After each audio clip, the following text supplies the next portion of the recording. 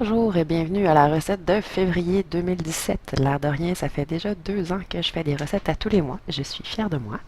Donc cette fois-ci, une adaptation d'un classique français, le gratin.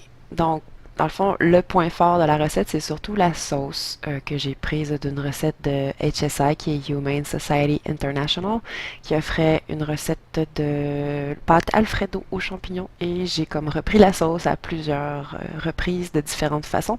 Et je trouve ça vraiment super intéressant comme résultat. Donc, commençons. C'est un gratin de légumes, donc on va prendre des légumes qu'on va faire cuire avant de commencer à préparer la sauce dans un but de coordonner là, le tout plus facilement. Donc, moi j'ai pris des patates, donc 5 patates bio qu'on va brosser, laver. Je n'enlève pas les plures parce que c'est juste en dessous des plures qu'il y a le plus de vitamines. Les gens qui sont allergiques aux solanacées ne prendront pas de patates simplement. Autrement, j'ai pris des brocolis et des choux-fleurs parce que j'avais les deux. Mais si vous avez juste un ou juste l'autre, ça peut être bien aussi. Quoique c'est toujours bon avec plus de verre. Des carottes pourraient aussi agrémenter agréablement cette recette. Donc, vous allez mettre les légumes racines dans un chaudron. Vous allez les couvrir d'eau à peine. Vous allez amener à ébullition. Vous allez laisser cuire une vingtaine de minutes. Et ensuite, vous allez rajouter la partie étuveuse, là, ce qu'on veut juste cuire à la vapeur sur le dessus pour le dernier 20 minutes. Passons à la sauce. Donc, on va avoir besoin de un paquet de 340 g de tofu soyeux. On va avoir besoin de une conserve de lait de coco. Vous voyez ma marque préférée sur l'écran. Un quart de tasse de vin blanc de cuisson. Un quart de tasse de levure alimentaire.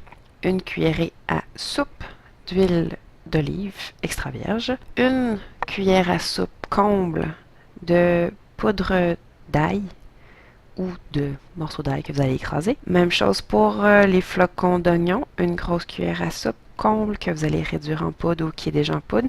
Si vous prenez un sel d'ail ou d'oignon, assurez-vous de ne pas saler par la suite. Un quart de cuillère à thé de muscade en poudre ou râpée et 2 cuillères à soupe de poudre de marrante ou de maïs, dépendamment de ce que vous avez à la maison. Faites ajouter de l'eau pour liquéfier la consistance si vous voulez et on va saler et poivrer.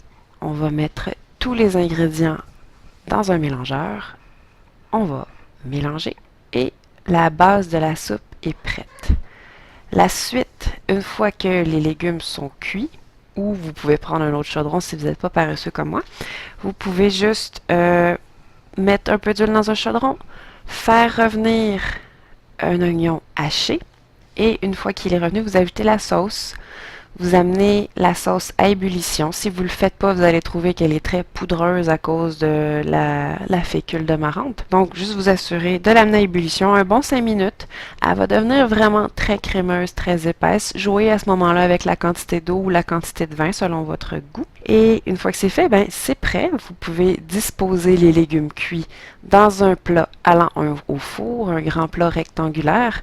Vous allez verser la sauce dessus. Vous allez secouer le plat doucement pour permettre à la sauce de s'installer comme il faut dans le plat.